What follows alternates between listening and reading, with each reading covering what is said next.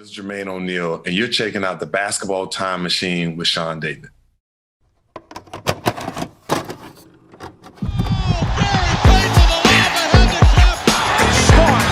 Hey guys, this is Dominique Wilkins. And this is Sean Kemp. This is Gary Payton. Hey, this is Pau Gasol. NBA fans, what's up? This is Vince Carter here. Hey, what's up? This is Matt Barnes. If you're an old school NBA fan like I am, make sure you check out the Basketball Time Machine with my man Sean David. Hello and good day, everyone. Welcome back to the show. I'm Sean David. Thanks for tuning in. Let's talk some old school NBA basketball. In today's episode, we got a very special guest in the house. He was a six-time NBA All-Star, and he got a new documentary coming out on Netflix called Untitled Malice at the Palace. Jermaine O'Neal, welcome to the show. Thanks for having me. Now, Jermaine, before we talk about your awesome documentary, I want to talk a little bit about your career. You had a very long, successful basketball journey, and I was very curious about, and that's actually always the first question that I ask my guests, who were the players that you were looking up to when you were a kid? And that's a tough one because I looked up to so many. Hakeem Olajuwon was probably one of my favorites. Nice. Obviously MJ is the easiest answer for that question. But back then it was just so many really good players that I didn't have a particular individual player that I really liked. I liked a lot of Magic, Bird, Isaiah Thomas, Michael Jordan, Hakeem Olajuwon, Charles Barkley. I was a big fan of just basketball. All right. And did you ever tell any of those guys, once you got the chance to meet them, that you idolized them? No, but listen. Back then when I came in '96, so in '96 it was still, different, yeah. It was a beatdown, right? And so I remember checking in the game against Hakeem Olajuwon, and I think I must have picked up 4 fouls in a matter of like 2 minutes because he was every bit of advertised that I watched. He's probably one of the guys that I believe doesn't get talked about enough as one of the greatest centers of all time. Maybe the best overall player at the big position of all time. It's funny that you say that. I had a recent episode claiming that Hakeem Olajuwon to me is the best big of all time, and I know many people got they got Kareem, they got Will Chamberlain, they got Bill Russell because of his rings, but skill set wise, I think Hakeem Olajuwon to me is the best big who ever lived. Inside, outside, footwork, jumper, off the dribble. And people don't even really talk about his ability to play defense. All-time leading shot blocker. He could guard a guard on a pick and roll situation, and he did it all, and he was fasting at the same time, right? Which says it talks about a whole nother level of discipline and sacrifice, because it's hard to play in games and have not eaten, right? I'm just going to tell you off the top. So he was just a monster at 7 foot tall. He was like watching a ballerina. Yeah, absolutely. Now, when you came into the NBA and you didn't go to college, you were one of those crazy young guys like Kevin Garnett, yourself, who skipped college, and you were selected with the 17th pick by the Portland Trail Blazers. And I can imagine the day of the draft must have been crazy for you, not knowing if you got picked at all, if you would be a lottery pick. You had no idea where you would end up. So take me through the day of the draft. Well, to me, it's everything leading up even before the draft, right? Because back then, difference between now and back then, like you can go back to school now, right? Back then, as soon as you made yourself eligible for the draft, you basically forfeited your college eligibility. And so then, if you don't get drafted, then your next question is, what am I going to do, right? Because now you've forfeited your college eligibility. So there's a lot of nerves, but I gotta say, a big thank you and shout out to Orrin Tellum, who was my agent my entire career, who's now the CEO of the Detroit Pistons, who educated a young player and a single parent in ways that is hard to explain. And he made it easier, if it's such a thing, to make a decision like that based off real information. And I don't know if that process goes as smoothly if he's not involved as much as he was. Now, I think in the mid-'90s, we're talking about the pre-internet era. Let's at least say not everybody had internet in their household. Did you know any of the other guys who were in your draft class, or were you surprised to see how good your draft class actually was? No, I wasn't surprised. Every week, it seemed like somebody was coming out, and I'm like, man, like, it made, I was very comfortable when I initially said I was coming out, and then like every week it was another player and another 2 players, and all of a sudden it's one of the best drafts that we've ever seen. Yes. But Kobe Bryant, the late great Kobe Bryant, was a close friend, and we were friends since like 13. So myself, him, a guy named Tim Thomas, a guy named Lester Earl, Ronnie Fields, were all talking about possibly going prep to pro. The year before, once Kevin did it. So I was very familiar with Kobe, very familiar with his family, and obviously that draft class went down as historically one of the best ever. Yeah, absolutely. Now, your first years with the Portland Trail Blazers, I have to imagine, were pretty difficult for you. I remember I'm a few years younger than you, so I was still collecting trading cards when you were drafted, and I had a trading card of you, and I always rooted for you. I always rooted for you. And I was super upset, even as a child, that you didn't get any playing times, that you didn't get the opportunity, because once you entered the court, everybody could see, even I as a kid could see, you could play, you could hoop. How tough was that time period in your life, knowing that you belong on the court, but you didn't get the opportunity? It was tough.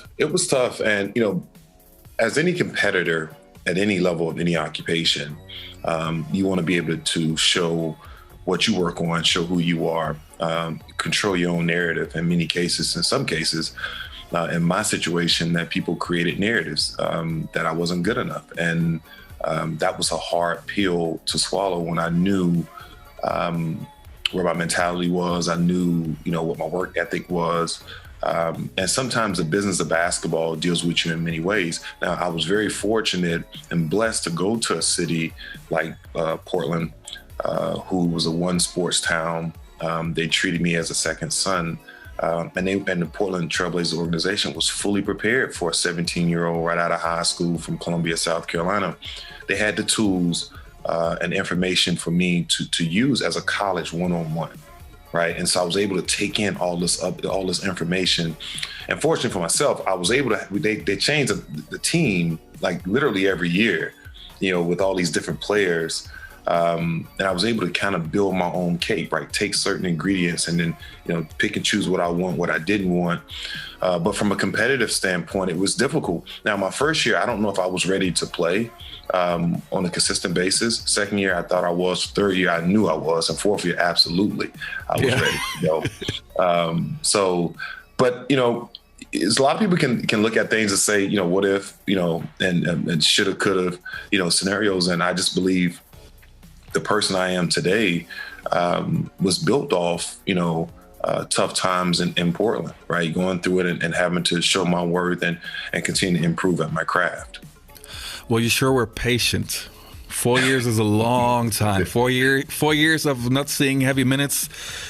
Whew. Well, you remember now. Back then it was 3 years. I was a free agent, had an opportunity to go be a starter on 3 or 4 other teams, and I chose to come back because I felt like the team was set to make a championship run. Right, we came up short against San Antonio when Sean Elliott hit the 3 without putting his heels down on the side. Crazy shots, yeah, craziest shots.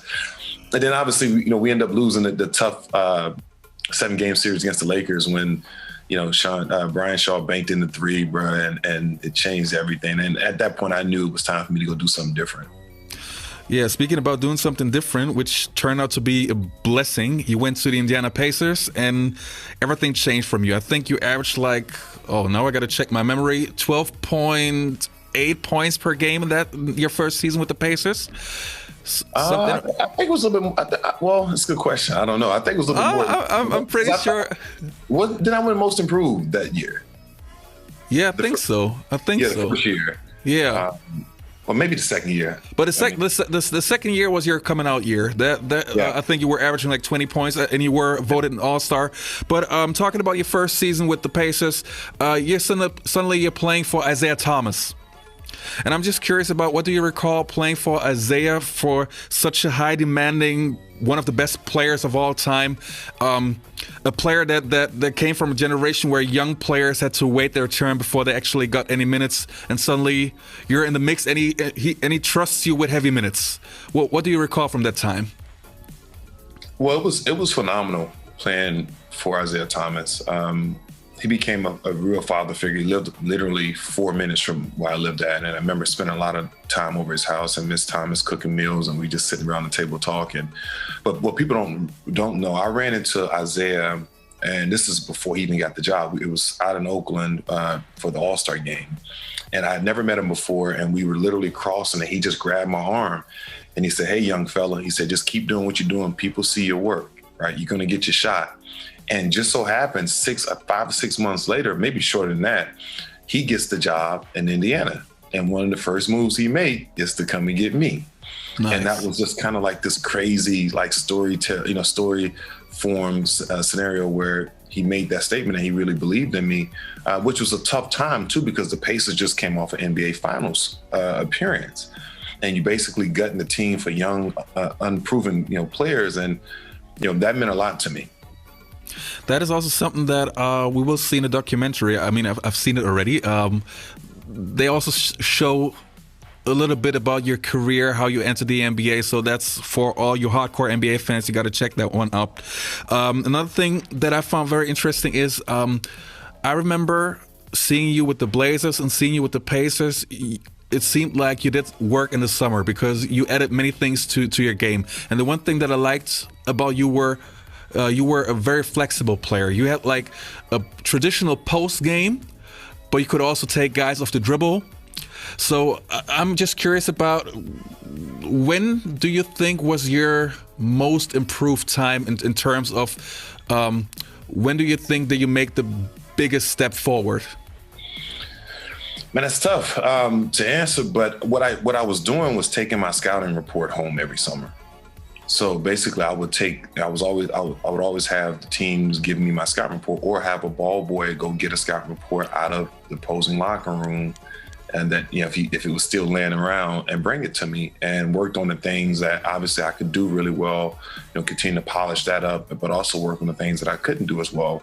And the one thing I realized that people didn't realize that I was right-handed. Like everybody, thought that I was left because I did use my left a lot, so that was kind of like a bonus. But I think every year I wanted to improve and not be in a position to kind of stall out, as far as growth. And obviously the league was changing, and I was fortunate enough to be in the league so long, through that process. But through the time that I was there in Indiana, we saw this influx of power forwards, and if you did not keep up, I mean, yes. The likes of Dirk Nowitzki, Garnett, Duncan, C. Webb, and many others, it was a dogfight. Rasheed Wallace, it was a dogfight every night. Who? Now that you mentioned those guys, who of them would you consider was the toughest to guard for you? I mean, all of them are pretty tough, but I think Dirk Nowitzki because of his size, and what people don't realize, he shot the basketball off either leg. So he would drive hard and pull up off balance. And for bigger guys, you're not used to, a guy being able to stop on the drop of a dime and pull up. And his release was so high, it was hard to get to it, right? It was high, lean back, and off the wrong leg sometimes. So he became a difficult guard, not from a physicality standpoint, but more from a skill standpoint. Interesting, very interesting. Now, with Dirk Nowitzki, we're talking about one of the best shooters of all time. Now, one of your teammates, until 10 years ago, I was saying he was the best shooter of all time, but then obviously Ray Allen came along, the Splash Brothers came along.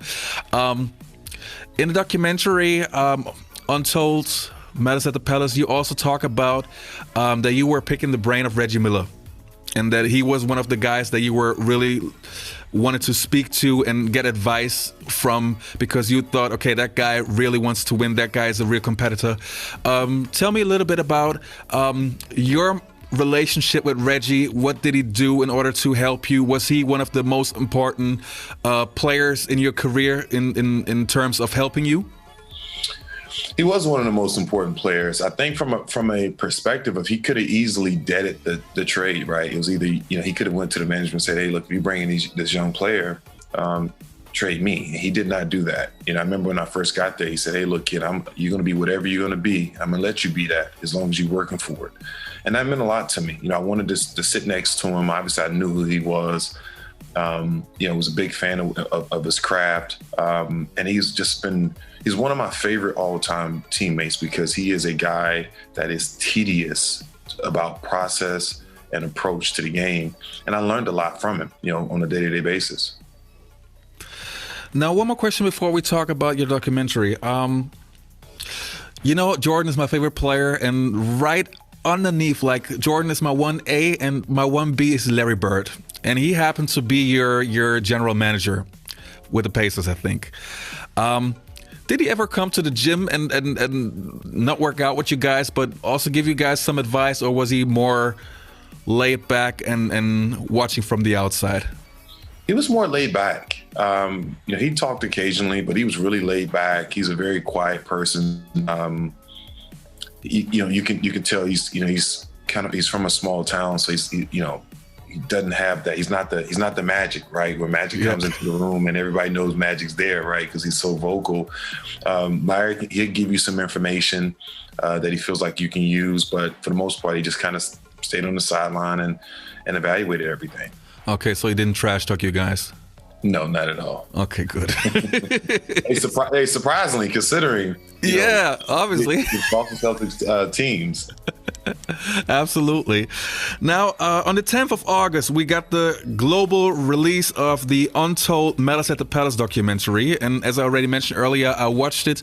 I told you before the interview that I think it's amazing. And I'm not only saying that to be nice and to promote your stuff, but this is really my honest opinion. It was so intense and so interesting to get your perspective, to get Ron Artest's, Meta World Pieces opinion on it. Steven Jackson is in it. Reggie Miller is in it. So all you guys give us insight about what happened from your perspective. And I wanted to know from you, what if you had to advertise or tell a person that never heard about what happened at the Malice at the Palace, what would you tell them? What is the documentary about? Well, first I gotta say, a big thank you to Netflix, the Way brothers, Floyd Rust, the director, for allowing me and the story to be a part of incredible untold stories, documentaries. What we wanted to do, and I looked at doing this for about 10 years. I've sat down with many directors and many people about, being able to tell a story, again, not to the avid NBA fan who obviously knows about this, but to the person that knows about this, from almost, a non-sports scenario, right? So people, create judgments if they don't know who you are, right? We want to tell it to the average person that has heard about the brawl. And I thought, I really think that, that vision was accomplished in this doc. It's something that, has been, talked about, and still it's crazy having anniversaries every single year, and it's 17 years later. But we wanted to make sure that, we were able to have a conversation and talk about it from the people that were involved, because it was so much lost in that process. And what people don't realize, because they didn't hear from us, they thought we were guilty as charged, right? But the problem was that we could not say anything because this process went out almost 10 years later. Right, we had criminal lawsuits that so we had to be careful in what we talked about, and obviously, the criminal civil cases was a lot to deal with. So I'm very, very excited about this doc. It's more about closure than anything, because I'm tired of answering questions about what happened, right? But I feel like this doc is telling you exactly what happened. Another thing that I personally liked about the documentary was it seemed very, very honest.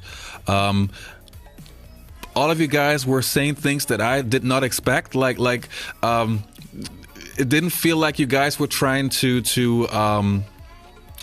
persuade the public that you guys were innocent and everybody else's was everybody else's fault. You guys did it genuine in terms of.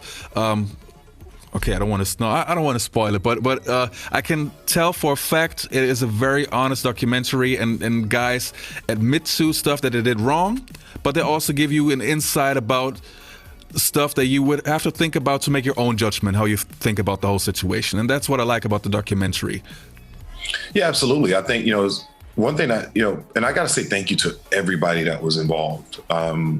It's hard to put together that level of people. Even Larry Brown, who didn't make the final cut, obviously we can only get so many people. I would love to have him stay on there. Rasheed Wallace was on there. It was some other things that was on there that didn't make the final cut, but people took out their personal time to be honest on a format that, we all feel like we just tired of talking about, right? Let's just tell the story and move on. I think for myself personally, I've had heartache about it, over years. I was probably the only one that did not speak about it, when they have these, these interviews and stuff about it, every year. And it pokes at me like a needle, because I've always felt like, the narrative was created, but nobody was really willing to have a real conversation.